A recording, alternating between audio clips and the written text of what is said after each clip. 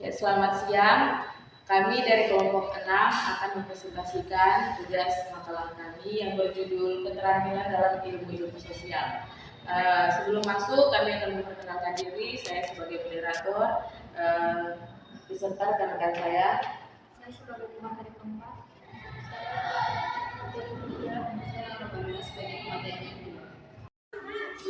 Pengertian keterampilan dasar ilmu sosial. Keterampilan dasar ilmu sosial dapat diartikan sebagai kemampuan dasar atau konsep dasar, basic knowledge dari cara-cara berkehidupan, bersosialisasi yang dijadikan sebagai tolak ukur dalam bersosialisasi, dan mempelajari ilmu pengetahuan sosial. Dalam buku konsep dasar IPS karangan Fakih Salawi dan Benyamin Maftuh menerangkan bahwa keterampilan dasar ilmu sosial adalah keterampilan daya pikir manusia untuk memperoleh informasi yang menggunakan metode-metode ilmu untuk menjawab suatu pertanyaan. Tujuan pernyataan ini adalah untuk memudahkan memperoleh informasi yang belum diketahui si penanya. Keterampilan dasar ilmu sosial mempunyai satu tujuan, yaitu memperoleh informasi sehingga dapat diolah, dianalisis, dan dimanfaatkan. Keterampilan dasar ilmu sosial diantaranya, yang pertama keterampilan bertanya, dan yang kedua keterampilan memperoleh, menganalisis, mengajikan, dan memanfaatkan informasi. Dan saya akan menjelaskan materi mengenai keterampilan bertanya. Nah, keterampilan bertanya ini sangat penting dimiliki oleh seorang guru, di mana melalui keterampilan bertanya ini guru dapat menciptakan pembelajaran di kelas lebih bermakna. Nah, pembelajaran ini akan menjadi sangat membosankan jikalau selama berjam-jam guru membacakan materi tanpa ada interaksi kepada nanti potong aja ya. Baiklah, saya akan menjelaskan materi mengenai keterampilan bertanya. Nah, keterampilan bertanya itu bagi guru merupakan keterampilan yang sangat penting untuk dikuasai. Sebab melalui keterampilan ini, guru dapat menciptakan suasana pembelajaran lebih bermakna. Ini andai kata seorang guru itu menjelaskan materi berjam-jam tanpa ada bertanya kepada murid ataupun meminta respon peserta didik, tentu saja pembelajaran di kelas akan sangat membosankan. Dan untuk menghindari situasi tersebut,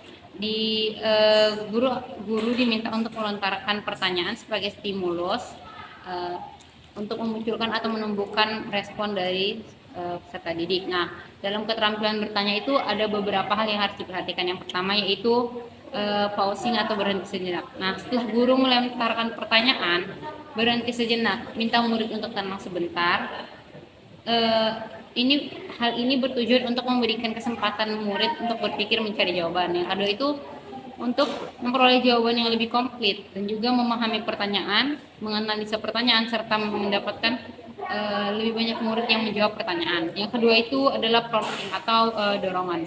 Nah, ketika guru melontarkan pertanyaan, lalu pertanyaan tersebut tidak ada murid yang bisa menjawab atau pertanyaan tersebut kurang bisa dipahami, nah guru itu harus memberikan informasi tambahan untuk menjawab pertanyaan tersebut.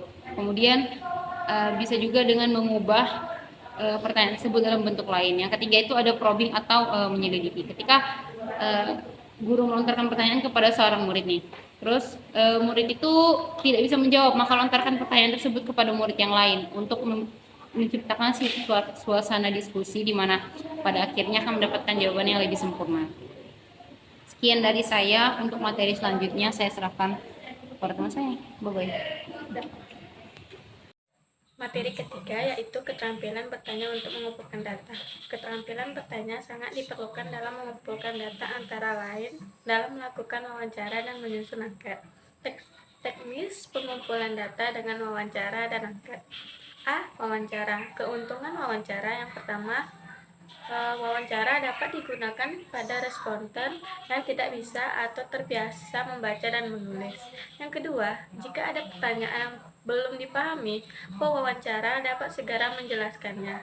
Yang ketiga, wawancara dapat mengecek kebenaran jawaban responden dengan mengajukan pertanyaan pembanding atau dengan melihat wajah atau gerak-gerik responden. Yang terakhir ini tidak dapat dilakukan apabila wawancara dilakukan melalui telepon. Kerugian wawancara yang pertama, wawancara memerlukan biaya yang sangat besar dan banyak untuk perjalanan dan uang harian pengumpulan data.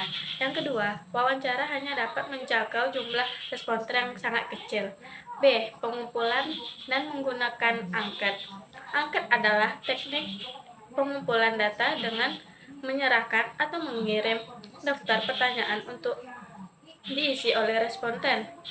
Responder adalah orang yang memberikan tanggapan atau menjawab pertanyaan-pertanyaan yang diajukan secara tertulis. Kelebihan teknik angket adalah yang pertama, angket dapat menjangkau sampel dalam jumlah yang besar karena dapat dikirim melalui pos.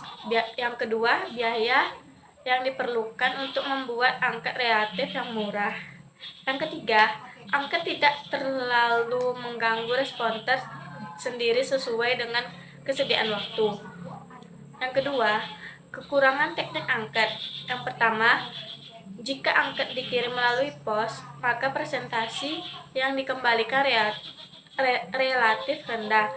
Yang kedua, angket tidak dapat digunakan untuk responden yang tidak terbiasa membaca dan menulis. Yang ketiga, pertanyaan-pertanyaan dalam angket dapat ditafsirkan salah dan tidak ada. Yang C, dokumentasi. Studi dokumentasi. Studi dokumentasi merupakan teknik pengumpulan data yang tidak langsung ditujukan kepada subjek penelitian. Dokumen yang diteliti dapat berupa aneka jenis dokumen, baik dokumen resmi maupun tidak resmi. Dokumen dapat dibedakan menjadi dokumen primer, ialah dokumen yang ditulis oleh orang yang langsung mengalami suatu peristiwa.